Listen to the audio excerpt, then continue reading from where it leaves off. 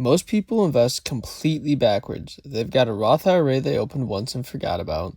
They're throwing money into a brokerage account while still carrying 24% interest on a credit card. The problem isn't how much you're investing, it's the order. Get the order wrong and you're leaving thousands of dollars on the table every single year. Today, I'm giving you the exact playbook, the step-by-step investment order of operations, so your money starts working way harder than it is right now. Let's get into it.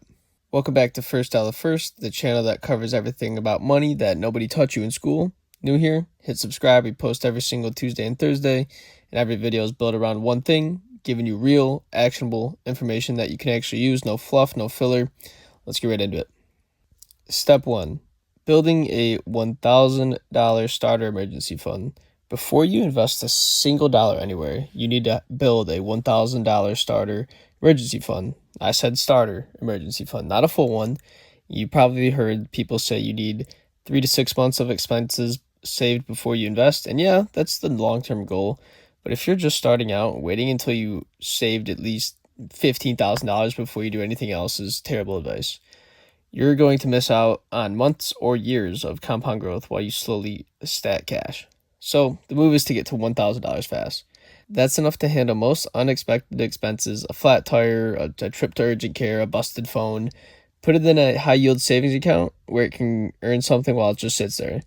I use Marcus by Goldman Sachs for my HYSA, and right now they're paying a solid APY with no minimum balance and no fees.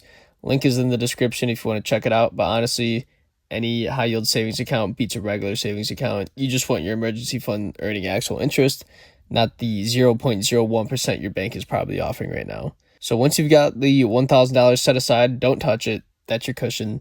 Now, let's move on to step 2.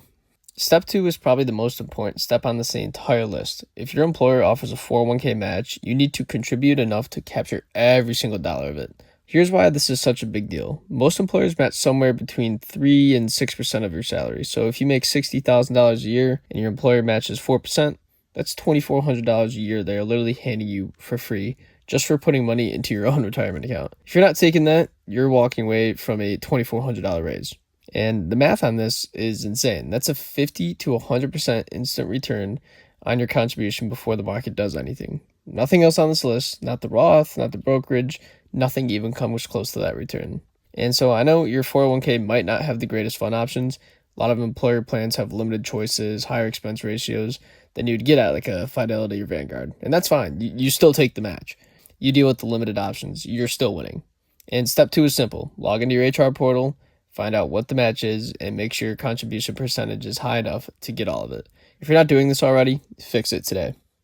Step 3, kill any high interest debt, specifically anything above roughly 8 to 10% interest. The reason for that threshold is math. The stock market historically has returned about 7 to 10% annually over long periods of time.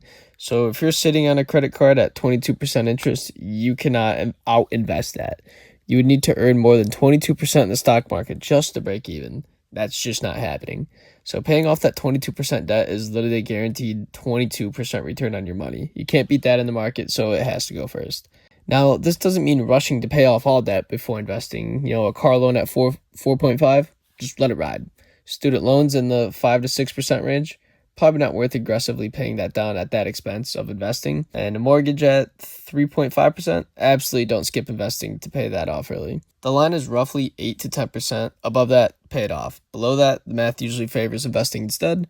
If you got multiple high interest debts, knock them out highest rate first. That's the avalanche method, and it saves you the most money mathematically. Step 4, max out your Roth IRA. In 2026, that's $7,500 per year if you're under 50.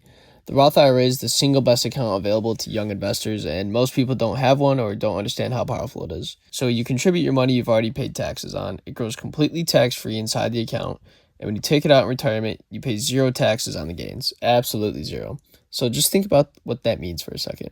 If you put $7,500 starting at 22, by the time you're 60, you could be looking at somewhere between $700,000 and over $1 million depending on market returns, and you don't owe a single dollar of taxes on any of it.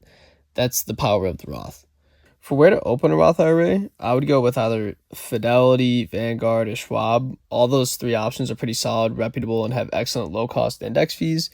I have links in the description for all 3. Pick one, open the account, Takes like 10 minutes and invest in total market index fund like FZ at Fidelity, FTSAX, or VTI at Vanguard, or SWTSX at Schwab. Set up automatic contributions if you can. It just makes it that much easier and stress-free.